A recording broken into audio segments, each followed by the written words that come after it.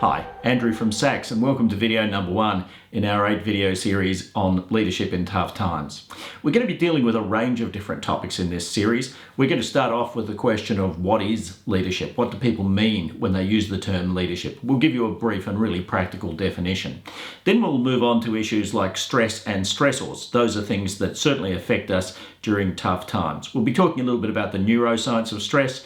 We'll be talking about how you know whether you're stressed and whether your colleagues are stressed, and addressing the fascinating question of why some people are more stress sensitive than others, and that's the issue of resilience. We'll be talking about stress and working from home. We'll be talking about stress management techniques for leaders and leader behaviours for tough times. But this particular one is about what do we mean by leadership. And so here's my simple definition of an effective leader. If you go to a university, you will see corrals of books with stacks of definitions of leadership, but here's one that I think really matters. A leader is a person that people want to follow. That's the definition. Leadership isn't some abstract, weird, philosophical concept. A leader is a person that people want to follow. So if people want to follow you, you're a leader. Now, this is a very clear differentiation between leadership and management. People can be exceptional managers, which means that they do the intellectual stuff of management well, which might be delegation or budgeting or planning or whatever. But leadership is a very interpersonal kind of a thing. So you can be a great leader and a terrible manager. You can be a great manager and a terrible leader. Now, of course, ideally, you'd be great at both, in which case great leadership and great management means a great official in an organisation or a corporation of some sort. But ultimately, a leader is a person that people want to follow.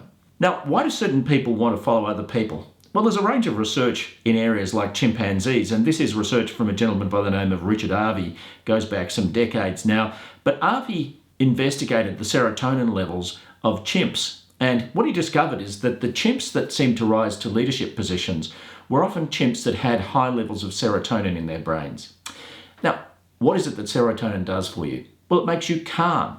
It makes you reasonable. It makes you happy. Now, you may never have thought of chimps as being reasonable, but in fact, the most reasonable chimps often rise to positions of leadership in chimp troops.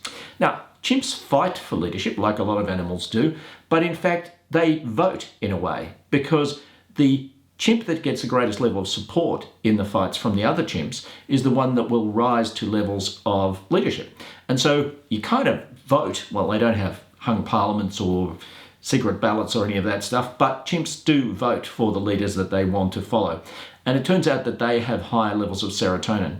But what Harvey also discovered is that the same applies to US fraternity presidents in the United States of America. Now, if you go to the US, you have these clubs at universities. We don't have them so much all over the world. We don't have them much in Australia, for instance. But in the United States, these fraternities are a big deal, and sororities for that matter as well.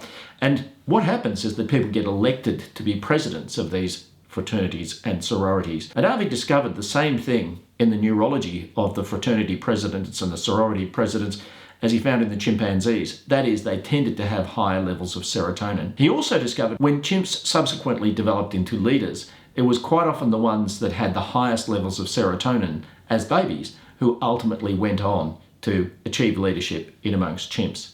So it's a very visceral thing. It's a very biological thing. Leadership evolved to give fellow organisms a better future.